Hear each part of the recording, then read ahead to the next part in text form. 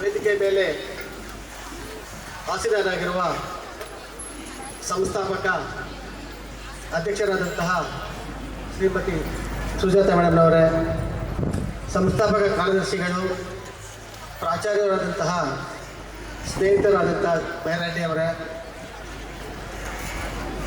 ಅದೇ ರೀತಿಯಾಗಿ ನಿವೃತ್ತ ಪ್ರಾಧ್ಯಾಪಕರಾದಂತಹ ನಾರಾಯಣಸ್ವಾಮಿ ಅವರೇ ಮತ್ತು ನ್ಯಾಯವಾದಿಗಳಾಗಿರ್ತಕ್ಕಂಥ ರಾಜನಾಥ್ ಸರ್ ಅವರೇ, ಮುಖ್ಯವಾಗಿ ಇಲ್ಲಿರುವ ಎಲ್ಲ ಕೇಂದ್ರ ಬಿಂದುಗಳು ಮತ್ತು ಈ ಒಂದು ಸಮಾರಂಭದ ಮುಖ್ಯ ರೂವಾರಿಗಳು ಆದಂತಹ ಎಲ್ಲ ವಿದ್ಯಾರ್ಥಿಗಳೇ ಹಾಗೂ ಪತ್ರಕರ್ತ ಮಿತ್ರರೇ,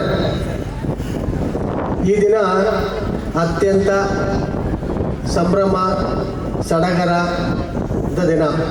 ಎಲ್ಲ ವಿದ್ಯಾರ್ಥಿಗಳ ಮುಖದಲ್ಲಿ ಮಂದಹಾಸ ಕಾಣಿಸ್ತಾ ಇದೆ.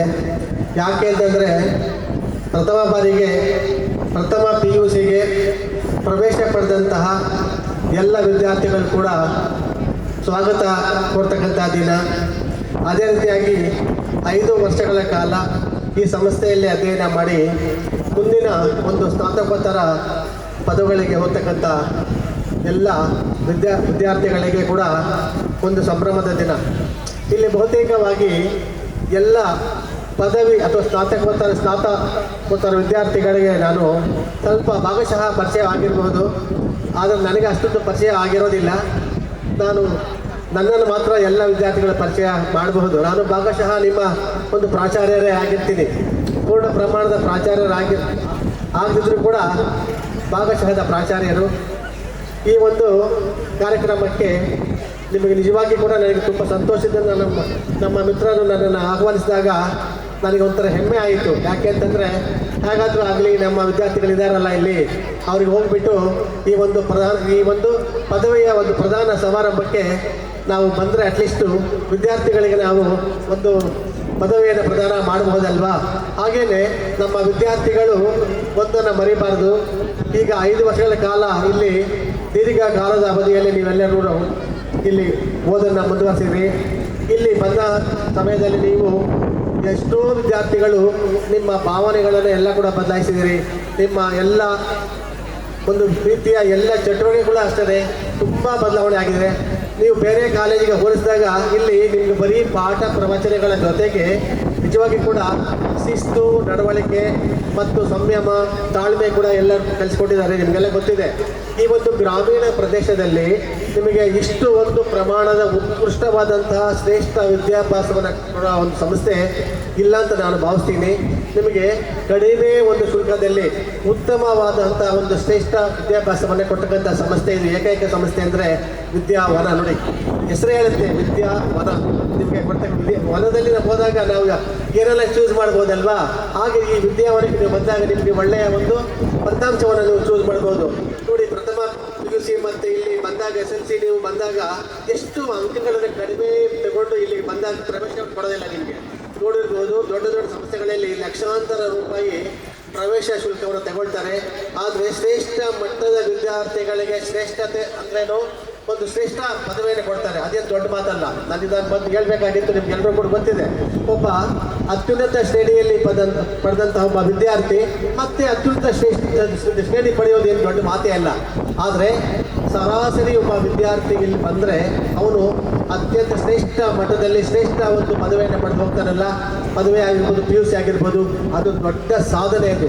ಈಗ ಇದಕ್ಕೆ ಎಲ್ಲರೂ ಕೂಡ ವಿದ್ಯಾರ್ಥಿಗಳೆಲ್ಲ, ಪೋಷಕರು ಕೂಡ ಸಮಾನ ಪಾಲುದಾರರು. ಇಲ್ಲಿ ಒಳ್ಳೆಯ ಉತ್ತಮ ಫಲಿತಾಂಶ ಬರಬೇಕಾದ್ರೆ ಇಲ್ಲಿ ವಿದ್ಯಾರ್ಥಿಗಳು, ಪ್ರಾಚಾರ್ಯರು ಮತ್ತು ಬೋಧಕೇತರ ವರ್ಗ ಮತ್ತು ಈ ಒಂದು ಪೋಷಕ ವರ್ಗದವರು ಸಮಾನ ಪಾಲುದಾರಾಗಿರ್ತಾರೆ.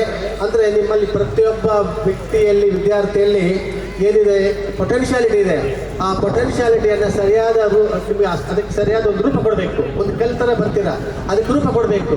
ಒಬ್ಬೊಬ್ಬ ಶಿಲ್ಪಿ ಒಂದು ಥರ ಕೆತ್ತನೆ ಮಾಡ್ತಾನೆ.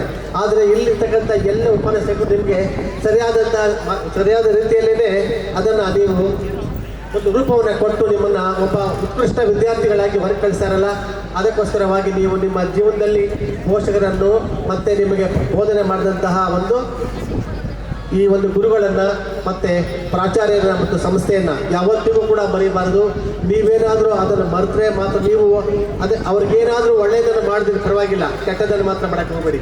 ನಿಮ್ಮ ಪೋಷಕರು, ನಿಮ್ಮ ಉಪನ್ಯಾಸಕರು ನಿಮಗೆ ಬೈದಿರ್ಬೋದು, ಹೊಡೆದಿರ್ಬೋದು, ಪ್ರಾಚಾರ್ಯರು ಒರಟಾಗಿ ಮಾತಾಡಿರ್ಬೋದು.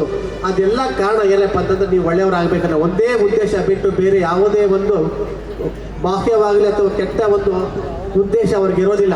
ಅದರಿಂದ ಇವಾಗ ನಿಮ್ಗೆ ಅನ್ಸುತ್ತೆ, ಬಿಟ್ಟು ಹೋದ್ಮೇಲೆ ಅನ್ಸುತ್ತೆ ಇಂತಹ ಒಂದು ಸಮಸ್ಯೆ ನಮಗೆ ಸಿಗೋದಿಲ್ಲ ಅಂತ. ನೀವು ಹೋಗಿ ಈ ಸ್ನಾತಕೋತ್ತರ ಪದವಿಗಳಿಗೆ ಹೋಗಿ ನಿಮಗೆ ಬೆಲೆ ಗೊತ್ತಾಗುತ್ತೆ. ಈ ಸ್ನಾತಕ ಪದವಿಯ ಬೆಲೆ ಗೊತ್ತಾಗಬೇಕಾದ್ರೆ ಸ್ನಾತಕೋತ್ತರ ಪದವಿಗಳಿಗೆ ಹೋಗ್ತೀರಲ್ಲ ನೀವು, ಆಗ ನಿಜವಾದ ಬೆಲೆ ನಿಮಗೆ ಗೊತ್ತಾಗೋದು. ನಮ್ಮ ಹಿಂದಿನ ಸಂಸ್ಥೆಗಳಲ್ಲೇ ನಮಗೆ ಸ್ನಾತಕೋತ್ತರ ಇದ್ದಿದ್ರೆ ಎಷ್ಟು ಚೆನ್ನಾಗಿರ್ತಿತ್ತು. ನಿಮ್ಮನ್ನು ವೈಯಕ್ತಿಕವಾಗಿ ಯಾರು ಕೂಡ ದಂಡಿಸೋದಿಲ್ಲ. ನೀವು ಬೇರೆ ಕಾಲೇಜಿಗೆ ಹೋದರೆ ನಿಮ್ಮ ಹೆಸರು ಕೂಡ ಗೊತ್ತಿರೋದಿಲ್ಲ. ಆದರೆ ಇಲ್ಲಿ ನೂರಾರು ವಿದ್ಯಾರ್ಥಿಗಳಿದ್ದರೂ ಕೂಡ ಪ್ರತಿಯೊಬ್ಬ ವಿದ್ಯಾರ್ಥಿಯನ್ನು ಉಪನ್ಯಾಸಕರು ಹೆಸರಿಟ್ಟು ಕರೆದು ಅವರ ಎಲ್ಲ ನ್ಯೂನತೆಗಳನ್ನು ಸರಿಪಡಿಸ್ತಾರೆ. ಅಂತಹ ಕಾರ್ಯ ನಿಜವಾಗಿ ಕೂಡ ನಿಮಗೆ ಎಲ್ಲೂ ಸಿಗೋದಿಲ್ಲ. ನಮಗೆ ನಾವು ಓದುವ ಕಾಲದಲ್ಲಿ ನಮಗೆ ಒಬ್ಬ ಉಪನ್ಯಾಸಕರು ಏನಾದರೂ ನಾವು ನಮಸ್ಕಾರ ಹಾಕಿದ್ ನಕ್ಕು ಬಿಟ್ರೆ ಸಾಕು, ತುಂಬ ಖುಷಿಯಾಗ್ಬಿಟ್ಟಿದೆ. ಅವತ್ತೆಲ್ಲ ತುಂಬ ಖುಷಿಯಾಗಿರ್ತಿದ್ವಿ. ನಮ್ಮ ನೋಡಿ ನಮ್ಮ ಉಪನ್ಯಾಸ ನಕ್ಕು ಬಿಟ್ರಲ್ಲ ಅಂತ ಮಾತಾಡಿದ್ರೆ ಆ ಕಡೆ ಎಳ್ಳಬಾರ್ದಿಂದ ಅಂತ ಒಂದು ಪರಿಸ್ಥಿತಿಯಲ್ಲಿ ನಾವು ಅಧ್ಯಯನ ಮಾಡಿರ್ತಕ್ಕಂಥದ್ದು. ಈಗ ಪ್ರತಿಯೊಬ್ಬ ವಿದ್ಯಾರ್ಥಿಗೂ ಕೂಡ ವೈಯಕ್ತಿಕವಾದಂತಹ ಒಂದು ಕೇರನ್ನು ಉಪನ್ಯಾಸಕರು ತೆಗೆದುಕೊಂಡು ನಿಮಗೆ ಕೊಟ್ಟಿದ್ದಾರೆ. ನಿಜವಾಗಿ ಕೂಡ PUCನಲ್ಲಿ ಆ ಫಲಿತಾಂಶ ನೋಡಿ ನನಗೂ ಕೂಡ ತುಂಬ ಖುಷಿಯಾಯಿತು. ಯಾಕೆಂದರೆ ಮೊದಲು ನಾವೆಲ್ಲೋ ಪೇಪರ್ ಓದ್ತಾ ಇದ್ವಿ, ದೊಡ್ಡ ದೊಡ್ಡ ಸಮಸ್ಯೆಗಳಲ್ಲಿ ಇಂಥ ಒಂದು ಫಲಿತಾಂಶ ಬರ್ತಾ ಇತ್ತು. ಯಾಕೆ ಬರ್ತಾ ಇತ್ತು ಅಂದರೆ ಅವ್ರು 99 ಮಾರ್ಕ್ಸ್ ತೊಗೊಂಡು ಅಲ್ಲಿ ಹೋಗಿರ್ತಾನೆ. ಅವನು ಎಷ್ಟು ತೊಗೊಂಡಿರ್ತಾನೆ? 97 ತೊಗೊಂಡಿರ್ತಾನೆ. ಅದು ಇಲ್ಲಿ ಹಂಗಲ್ಲ, 50ರಿಂದ 35ರಿಂದ ಅಡ್ಮಿಷನ್ ಕೊಡೋದೆ. 35 70, 70 ಅವನಿಗೆ 90, 90 ಅವನಿಗೆ 100. ಈಗ 97, 98 that does not make any difference between the 198. That is as good as 100 only. ಅಂದರೆ ನೆನ್ಪಿಟ್ಕೊಳ್ಳಿ, 98, 97 ಅಂತ ನೀವೇನು ದುಃಖ ಪಡೋ ಅವಶ್ಯಕತೆ ಇಲ್ಲ. ಅದು 100 ಇದ್ದಂಗೆ ಔಟ್ ಆಫ್ ಔಟೇ ಇದು. 95 ಮೇಲೆ ಏನು ತಗೊಳ್ತೀರಿ ಔಟ್ ಆಫ್ ಔಟ್ ಇದು. ಯಾಕೆ ಅಂತಂದರೆ ಒಬ್ಬ ಉಪನ್ಯಾಸಕ ಮೌಲ್ಯಮಾಪನ ಮಾಡಬೇಕಾದ್ರೆ ಒಬ್ಬ ಉಪನ್ಯಾಸಕರಿಂದ ಮತ್ತೊಬ್ಬ ಉಪನ್ಯಾಸಕರಿಗೆ 6 ಅಂಕಗಳ ವ್ಯತ್ಯಾಸ ಬರುತ್ತೆ. ಅದೇ ಉತ್ತರ ಇರುತ್ತೆ. ಆದರೆ ಕೊಡಬೇಕಾದ್ರೆ ಮಾರ್ಕ್ಸು ಒಬ್ಬ ಉಪನ್ಯಾಸಕರಿಂದ ಮತ್ತೊಬ್ಬರಿಗೆ 6 ಮಾರ್ಕ್ಸ್ ವ್ಯತ್ಯಾಸ ಇರುತ್ತೆ. ಹಂಗೆ ನೀವು ನೋಡಿದಾಗ ನಿಮ್ಮಲ್ಲಿ ಸುಮಾರು 95% ವಿದ್ಯಾರ್ಥಿಗಳು 100ಗೆ 100ರಷ್ಟೇ. ಅಂದರೆ ಇಂತಹ ಫಲಿತಾಂಶ ಬೆಂಗಳೂರು ಗ್ರಾಮಾಂತರ ಜಿಲ್ಲೆಯಲ್ಲಿ ಇದೇ ಮೊದಲ ಸ್ಥಾನ ಅಂತ ನಾನು ಅಂದ್ಕೊಂಡಿದ್ದೀನಿ. ಯಾಕೆಂದರೆ ಇದರಲ್ಲಿ ಯಾವುದೇ ಒಂದು ರೀತಿಯ ಇದು ಅನುಮಾನ ಇಲ್ಲ. ನೀವು ಯಾಕೆ ಅಂತಂದರೆ ನೀವೇ ಈ ವಿದ್ಯಾವನದಲ್ಲಿ ಪರೀಕ್ಷೆ ಬರೆದಿದ್ರೆ ಎಷ್ಟೇ ಚೆನ್ನಾಗಿ ಬರೀರಿ, ಅದು ನಂಬೋದಿಲ್ಲ. ಏನೋ ಆಗ್ಬಿಟ್ಟಿದೆ ಅಂತಾರೆ. ನೀವು ಬೇರೆ ಸಮಸ್ಯೆಗೆ ಹೋಗಿ ಪರೀಕ್ಷೆ ಬರೆದಿರೋದು. ಅದರಿಂದ ಯಾರು ಕೂಡ ನಿಮ್ಮ ಒಂದು ಜ್ಞಾನದ ಬಗ್ಗೆ ಯಾರೂ ಕೂಡ ಅನುಮಾನ ಪಡೋ ಅವಶ್ಯಕತೆ ಇಲ್ಲ. ನಿಜವಾಗಿ ಕೂಡ ಪೋಷಕರು ಕೂಡ ನೋಡಿದ್ದೀನಿ. ಪೋಷಕರು ಇಲ್ಲಿ ಬಂದಿರತಕ್ಕಂಥವ್ರು ಯಾರೂ ಶ್ರೀಮಂತರಲ್ಲ. ಇಲ್ಲಿ ಬಂದಿರೋ ಎಲ್ಲ ವಿದ್ಯಾರ್ಥಿಗಳೆಲ್ಲ ಎಲ್ಲ ಮಧ್ಯಮ ವರ್ಗದವರು, ಕೆಳ ಮಧ್ಯಮ ವರ್ಗದವರು ಮಾತ್ರ ಬಂದಿರೋದು. ಅಂಥ ಕೆಳ ಮಧ್ಯಮ ವರ್ಗ ಮತ್ತು ಮಧ್ಯಮ ವರ್ಗದ ವಿದ್ಯಾರ್ಥಿಗಳಿಗೆ ಅತ್ಯುನ್ನತವಾದಂತಹ ಒಂದು ವರ್ಗದ ವಿದ್ಯಾರ್ಥಿಗಳಾಗಿ ಕಲಿಸ್ತಕ್ಕಂಥ ಒಂದು ಕೆಲಸವನ್ನು ಈ ಸಂಸ್ಥೆ ಮಾಡಿದೆ. ಇದಕ್ಕೆ ನೀವು ಚಿರ ಋಣಿಗಳಾಗಿರಬೇಕು. And also you must go with debt of gratitude to this institution and to the entire staff of this institution. ನೀವು ನಾನು ಹೇಳಿದ ಪದೇ ನಿಮಗೆ ನೀವು ಹೋದಾಗ ಹಿಂದಿನ ಒಂದು track should not forget the track that you pass over. ಈ ಹಿಂದೆ ನೀವು ಯಾವ ಒಂದು ದಾರಿಯನ್ನು ದಾಟಿ ಬಂದಿದ್ದೀರಿ, ಆ ದಾರಿಯನ್ನು ನೀವು ಯಾವತ್ತಿಗೂ ಮರೆಯಬಾರ್ದು. ಆ ಸಂಸ್ಥೆ ನಿಮ್ಗೆ ಸದಾ ನಿಮ್ಮ ಜೊತೆಯಲ್ಲಿರುತ್ತೆ. ನೀವು ಎಷ್ಟೇ ಕೆಟ್ಟದ್ದು ಮಾಡಿರ್ಬೋದು, ಸಂಸ್ಥೆ ನಿಮ್ಗೆ ಯಾವ ಕೆಟ್ಟದ್ದು ಮಾಡಲ್ಲ, ಯಾವತ್ತೂ ಕೂಡ ನಿಮ್ಗೆ ಕೆಟ್ಟದ್ದು ಮಾಡಲ್ಲ. ಕೊನೆಗೆ ನಿಮಗೆ ಕ್ಷಮೆ ಇರುತ್ತೆ. ಮತ್ತು ಮುಖ್ಯವಾಗಿ ಇವತ್ತು ನಿಮಗೆ ಈ ಒಂದು ಪದವಿ ಪ್ರದಾನ, ಈ ಪದವಿಯನ್ನು ನಿಮಗೆ ಪ್ರದಾನ ಮಾಡ್ತಾ ಇದ್ದಾರೆ. ನಿಜವಾಗಿ ಕೂಡ ನೀವೆಲ್ಲರೂ ಕೂಡ ಧನ್ಯವಂತರು. ನೋಡಿ, ಇಂಥ ಸಮಯದಲ್ಲಿ ಕೂಡ ಏನೇ ಆಗಲಿ ನಮ್ಮ ವಿದ್ಯಾರ್ಥಿಗಳಿಗೆ ಈ ಒಂದು ಅವಕಾಶವನ್ನು ಕೊಡ್ತಾ ಇದ್ದಾರಲ್ವಾ, ಅದಕ್ಕೆ ನೀವೆಲ್ಲ ಕೂಡ ಹೆಮ್ಮೆ ಪಡಬೇಕು. ಇಂಥ ಒಂದು ಅವಕಾಶ ಎಲ್ಲರಿಗೂ ಕೂಡ ಸಿಗೋದಿಲ್ಲ. ನಾವು ಕೂಡ ಎಷ್ಟೋ ಸಂಸ್ಥೆಗಳಲ್ಲಿ ಕೆಲಸ ಮಾಡಿ ಬಂದಿದ್ದೀವಿ. ಈ ಒಂದು ಮಟ್ಟದಲ್ಲಿ ಹಣವನ್ನು ವ್ಯಯ ಮಾಡಿ ವಿದ್ಯಾರ್ಥಿಗಳ ಒಂದು ಸುಖವನ್ನು ಬಯಸಿ ವಿದ್ಯಾರ್ಥಿಗಳ ಒಂದು ಹಿತಕ್ಕೋಸ್ಕರವಾಗಿ ಇಷ್ಟೆಲ್ಲ ಮಾಡ್ತಾ ಇದ್ದೀರ ಸಂಸ್ಥೆ. ಆವಾಗ ನೀವು ಸಂಸ್ಥೆಗೆ ಯೋಚನೆ ಮಾಡಬೇಕು, ನಾವೇನು ಮಾಡ್ಬೋದು ಸಂಸ್ಥೆಗೆ ಅಂತ. ನೀವೇನು ಮಾಡೋಕ್ಕಾಗಿಲ್ಲ ಅಂದರೆ ಒಬ್ಬ ಸ್ಟೂಡೆಂಟು ಒಂದು ಅಡ್ಮಿಷನ್ ಕೊಟ್ಬಿಟ್ಟು ಹೋಗಿ ಸಾಕಷ್ಟೇ. ಒಬ್ಬ ಸ್ಟೂಡೆಂಟು ಒಂದು ಸಂಸ್ಥೆಗೆ ಒಂದೇ ಒಂದು ಅಡ್ಮಿಷನ್ನು ನಿಮ್ಮ ಜೂನಿಯರ್ಸ್ಗೆ ಹೇಳ್ಬಿಟ್ಟು ಹೋಗಿ, ನೋಡಿ ನೀವು ಅಲ್ಲಿ ಸೇರ್ಕೊಳ್ಳಿ, ನಿಮ್ಮ ಜೀವನನೇ ರೂಪುಗೊಳ್ಳುತ್ತೆ, ನಿಮ್ಮ ಭವಿಷ್ಯನೇ ಬದಲಾವಣೆ ಆಗಿಬಿಡುತ್ತೆ ಅಂತ ಹೇಳ್ಬಿಟ್ಟು ಆ ವಿದ್ಯಾರ್ಥಿ ಅಂತ ಅಲ್ಲಿ ಸೇರಿಸಿದ್ರೆ ಆ ಮನೆ, ಆ ವಿದ್ಯಾರ್ಥಿಯ ಒಂದು ಕಂಪ್ಲೀಟ್ ರೂಪ ರೇಖೆಗಳೆಲ್ಲ ಬದಲಾವಣೆ ಆಗುತ್ತೆ. ಆವಾಗ ನೀವು ಅವ್ರಿಗೆ ಕೊಟ್ಟಂಥ ಒಂದು ದೊಡ್ಡ ಕೊಡುಗೆ ಅಂದರೆ ಅದು ದುಡ್ಡೇ ಬೇಕಲ್ಲ, ಕೊಡುಗೆ ಕೊಡಬೇಕಾದ್ರೆ ದುಡ್ಡು ಇರಬೇಕಂತೇನಿಲ್ಲ, ಯಾವುದೇ ರೂಪದಲ್ಲಿ ನಾವು ಕೊಡ್ಬೋದು. ಅರ್ಥ ಆಯ್ತಲ್ಲ, ವಿದ್ಯೆ ದಾನ ಮಹಾದಾನ ಅಂತ ಒಂದು ಕೆಲಸವನ್ನು ಇವರು ಈ ಒಂದು ಗ್ರಾಮೀಣ ಪ್ರದೇಶದಲ್ಲಿ ಸುಮಾರು 10 ವರ್ಷಗಳಿಂದ ಮಾಡ್ತಾ ಇದ್ದಾರೆ. ನಿಮ್ಮ ಒಂದು ಪ್ರಾಚಾರ್ಯರು ನನ್ನ ಸ್ನೇಹಿತರಾಗಿ ಸುಮಾರು 10 ವರ್ಷ ನಾನು ಹೊಸಕೋಟೆ ಕಾಲೇಜ್ ಇದ್ದಾಗ ನಿಮ್ಮ ಒಂದು ಸಂಸ್ಥೆ ಸ್ಥಾಪನೆ ಆಯಿತು. ಸಣ್ಣ ಪ್ರಮಾಣ ಸುಮಾರು 17 ವಿದ್ಯಾರ್ಥಿಗಳು ಒಳಗೊಂಡಂತೆ ಈ ಒಂದು ಸಂಸ್ಥೆ ಪ್ರಾರಂಭ ಆಗಿದ್ದು ಇವತ್ತು ಸುಮಾರು 500 ವಿದ್ಯಾರ್ಥಿಗಳು ಒಳಗೊಂಡಂತಹ ಒಂದು ದೊಡ್ಡ ಹೆಮ್ಮರವಾಗಿ ಬೆಳೆದಿದೆ ಅಂತಂದರೆ ಅದರ ಒಂದು ಶ್ರಮ ಅಲ್ಲ, ಪರಿಶ್ರಮ. ಬರೀ ಶ್ರಮ ಪಟ್ಟರೆ ಅಷ್ಟು ಅಂತ ಆಗೋದಿಲ್ಲ, ಆದರೆ ಪರಿಶ್ರಮ ಇದೆ. ಬರೀ ಕೇವಲ ಒಬ್ಬರ ಪರಿಶ್ರಮ ಅಲ್ಲ, ಇಲ್ಲಿ ಬಂದಂಥ ಎಲ್ಲ ಉಪನ್ಯಾಸಕರು ಇರ್ಬೋದು, ಅದರ ಮತ್ತು ಇತರ ಬೋಧಕೇತರ ವರ್ಗದವರು ಇರಬಹುದು, ಮತ್ತು ಈ ಒಂದು ಸಂಸ್ಥಾಪಕರು ಮತ್ತು ಪ್ರಾಚಾರ್ಯರು ಎಲ್ಲರೂ ಕೂಡ ನೀವು ಅಂದ್ಕೊಂಡಿರಬಹುದು ಅವ್ರಿಗೇನು ಅಂತ ನಿದ್ದೆ ಬರೋದಿಲ್ಲ, ಅವರಿಗೆ ನೆಟ್ಟಿಗೆ ನಿದ್ದೆ ಬರೋದಿಲ್ಲ.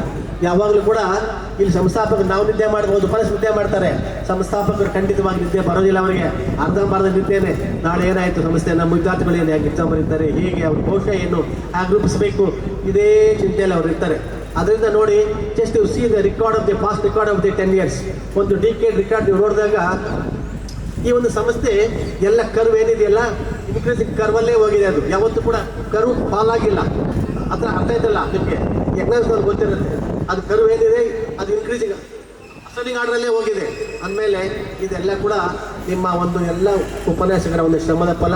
ಅದಕ್ಕೋಸ್ಕರ ಇಲ್ಲಿ ವಿದ್ಯಾರ್ಥಿಗಳು ಕೂಡ ನಿಮ್ಮಲ್ಲಿ ನಾನು ನೋಡಿದ್ದೀನಿ, ಪದವಿಯಲ್ಲಿ ತುಂಬ ಶಾರ್ಪ್ ಇದ್ದಾರೆ. ನೀವು ನಿಮ್ಮ ಕೈ ತೋರಿಸಿದ ಹಸ್ತ ತೋರಿಸಿದ ಕೈ ತೋರಿಸಿದ ಹಸ್ತ ನುಂಗಿ ಹಾಕ್ಬಿಡ್ತಾರೆ, ಅಂಥ ಸ್ಟೂಡೆಂಟ್ಸ್ ಇದ್ದಾರೆ. ತುಂಬ ಫಾಸ್ಟ್ ಇದ್ದಾರೆ ಹುಡುಗಿ ಮಕ್ಕಳು, ಅಂದರೆ ಬುದ್ಧಿವಂತರಿದ್ದೀರಂತ, ತುಂಬ ಶಾರ್ಪು ನಿಜವಾಗಿ ಕೂಡ. ನಾನು ಅಂದ್ಕೊಂಡೆ ಎಷ್ಟು ಶಾರ್ಪ್ ಇದ್ದಾರೆ ಹುಡುಗರು ಹುಡುಗಿಯರು ಅಂತ. ನೋಡಿ 1%, 0.1% ಅದು ಬಿಟ್ಬಿಟ್ಟು ಲೆಕ್ಕದಲ್ಲಿ ಬರೋಲ್ಲ, ತುಂಬ ಶಾರ್ಪ್ ಇದ್ದಾರೆ. ಅದಕ್ಕೆ ಸುಮ್ಮನೆ ಶಾರ್ಪ್ನೆಸ್ ಇರಲ್ಲ. ಇಲ್ಲಿ ಅವ್ರು ನಿಮ್ಮನ್ನು ಹಾಕ್ಕೊಂಡು ರುಬ್ತಾ ಇರ್ತಾರೆ, ಇಲ್ಲಿ ಸರ್ ಚೆನ್ನಾಗಿ ಹಾಕ್ಕೊಂಡು ರುಬ್ತಾ ಇರ್ತಾರೆ. ಅರ್ಥ ಆಯ್ತಲ್ಲ, ಅಂದರೆ ನಿಮ್ಮ ಅವರು ಯಾಕೆ ಆ ಥರ ಮಾಡ್ತಾರೆ ಅಂದರೆ ಒಳ್ಳೆ ಹೆಸರು ಬರಬೇಕು. ಇಲ್ಲಿ ಹೋದ್ಮೇಲೆ ನಾನು ಆ ಒಂದು ಸಂಸ್ಥೆಯಲ್ಲಿ ಓದಿದ್ದೆ, ನನಗಿಂತ ಒಳ್ಳೆಯ ಸ್ಥಾನಮಾನ ಸಿಕ್ತು ಈ ಸಂಸ್ಥೆಯಲ್ಲಿ, ಅದನ್ನು ನಮ್ಮ ಅಪ್ಪ ಅಮ್ಮನ ಚೆನ್ನಾಗಿ ನೋಡ್ಕೊಳ್ತಾ ಇದ್ದೀನಿ ಅಂತ. ಅದಕ್ಕೋಸ್ಕರವಾಗಿ ತಂದೆ ತಾಯಿ, ಅರ್ಥ ಆಯ್ತಲ್ಲ, ಅದೇ ಸಂಸ್ಥೆ ಮತ್ತು ಗುರುಗಳ ಮಾತ್ರ ಯಾವತ್ತೂ ಕೂಡ ನೀವು ಮರಿಬಾರ್ದು. ಯಾಕೆ ಅಂತಂದರೆ ನಿಮಗೆ ನಿಮ್ಮ ಜೀವನದಲ್ಲಿ ನೀವು ಕಳೆದುಕೊಳ್ಳಲಾರದಂತಹ ಒಂದು ಸಂಪತ್ತನ್ನು ಪಡೆದಿದ್ದೀರಿ. ನಿಮ್ಮ ಜೀವನದಲ್ಲಿ ನೀವೇನೇನೋ ಸಂಪತ್ತು ಮಾಡ್ಬೋದು, ನಿಮ್ಮ ಅಪ್ಪ ಏನೇ ಆಸ್ತಿ ಇಟ್ಟಿರ್ಬೋದು, ನೀವು ಕಳ್ಕೊಳ್ಬೋದು, ಏನು ಹೇಳಕ್ಕೆ ಬರೋದಿಲ್ಲ. ನೀವು ಗಳಿಸ್ಬೋದು ಅಂತ ಕಳ್ಕೊಳ್ಬೋದು. ಆದರೆ ಈ ವಿದ್ಯೆ ಸಂಪತ್ತು ಏನಿದೆಯಲ್ಲ ಅದು ಯಾವನು ಕೂಡ ಕದಿಯೋಕ್ಕಾಗಲ್ಲ, ಅದು ನಿಮ್ಮ ಜೊತೆನೇ ಇರುತ್ತೆ. ನೀವು ಮತ್ತೆ ಆ ಒಂದು ವಿದ್ಯೆಗೆ ಒಳ್ಳೆ ಭೂಷಣ ಬರಬೇಕು ಅಂತಂದರೆ, ಒಳ್ಳೆ ಹೆಸರು ಬರಬೇಕಂದ್ರೆ ನಿಮ್ಮಲ್ಲಿ ತಾಳ್ಮೆ ಇರಬೇಕು, ವಿನಯತೆ ಇರಬೇಕು, ಅರ್ಥ ಆಯ್ತಲ್ಲ, ಸಂಯಮ ಇರಬೇಕು, ಅರ್ಥ ಆಯ್ತಲ್ಲ. ಅವೆಲ್ಲ ಕೂಡ ಇದ್ದರೆ ಈ ಒಂದು ಶಿಕ್ಷಣಕ್ಕೆ ಒಳ್ಳೆಯ ರೂಪ ಬರುತ್ತೆ, ಶಿಕ್ಷಣಕ್ಕೆ ಒಳ್ಳೆಯ ಗೌರವ ಬರುತ್ತೆ.